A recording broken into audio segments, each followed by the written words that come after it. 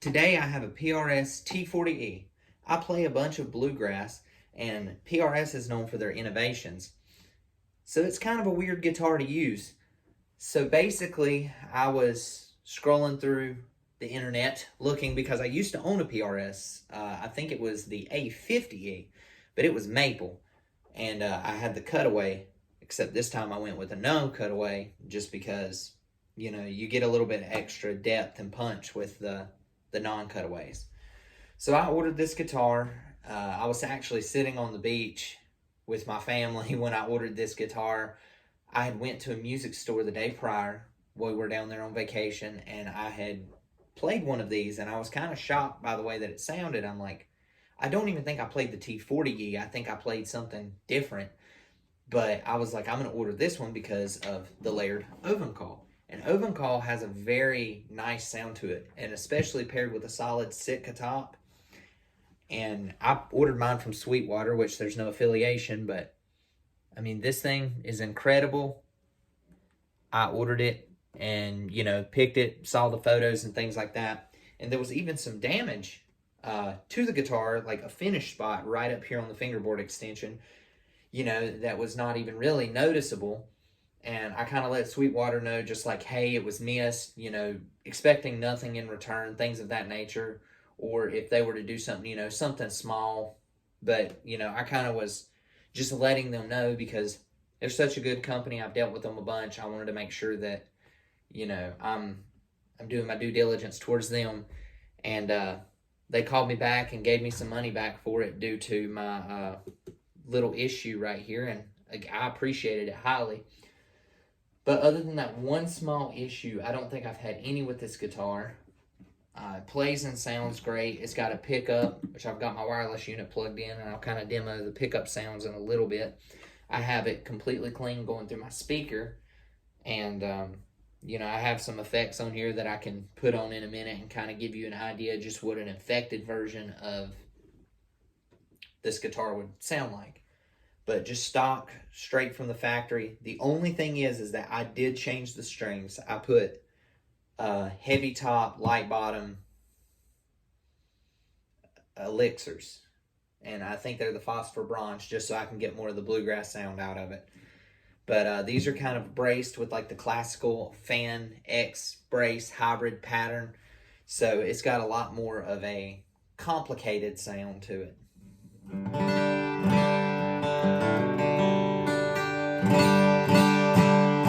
It's very punchy for a 000 size guitar. I use this interchangeably with my Blue Ridge, or I've got a Gibson J35 on the way that I'm probably going to use interchangeably with all these.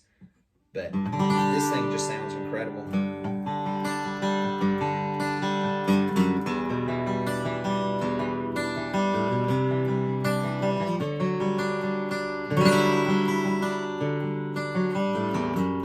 That's not even digging into it.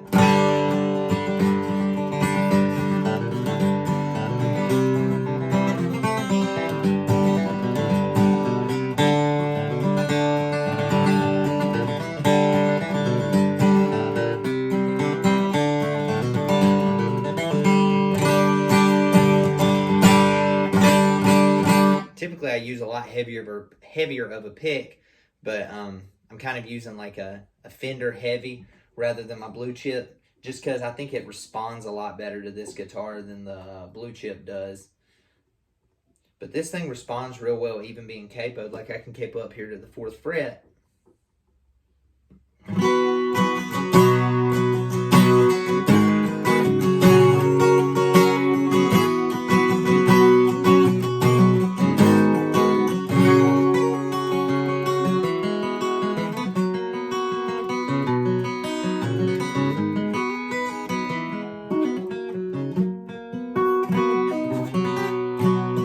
Works real good with a pick, real good without a pick.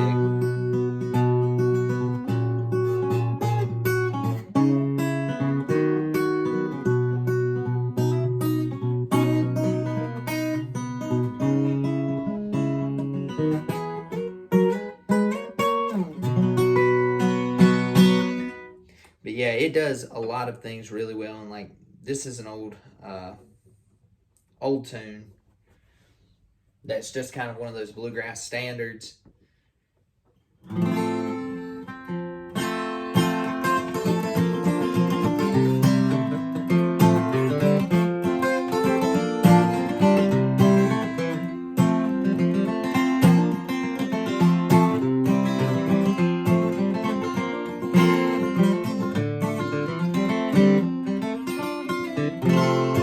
I'm not used to this wider neck. My Blue Ridge has a thinner neck and a thinner fingerboard, so it gets a little complicated trying to swap back between the two sometimes, and I struggle with it some days. But I'll go ahead and kind of plug it in, turn it on over here on the speaker, and this is without any effects going straight through. This is just the pickup. I'll turn everything all the way up.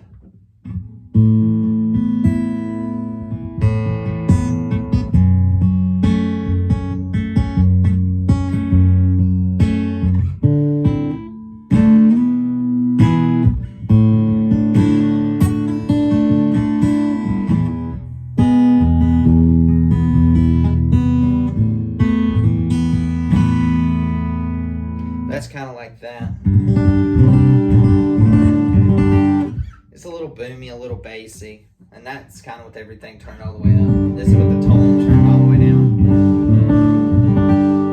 And I could probably adjust it a little bit more over here on the board, but I'm going to turn on my acoustic preset. And this is kind of just with some EQ on here.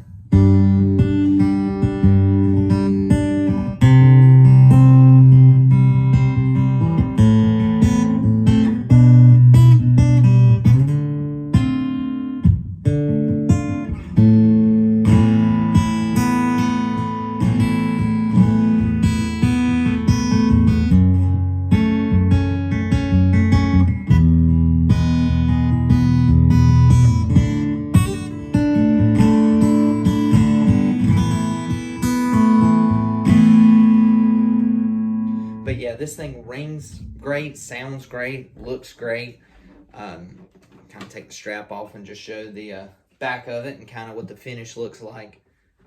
It looks pretty great, and I mean, I know that's probably hard to see in the camera, but the grain on here is kind of close to Brazilian rosewood. It has a little bit of flame in it, and definitely the finish on the top is kind of part of the reason I bought the guitar, just because I don't really have a Sunburst acoustic in the collection at the moment.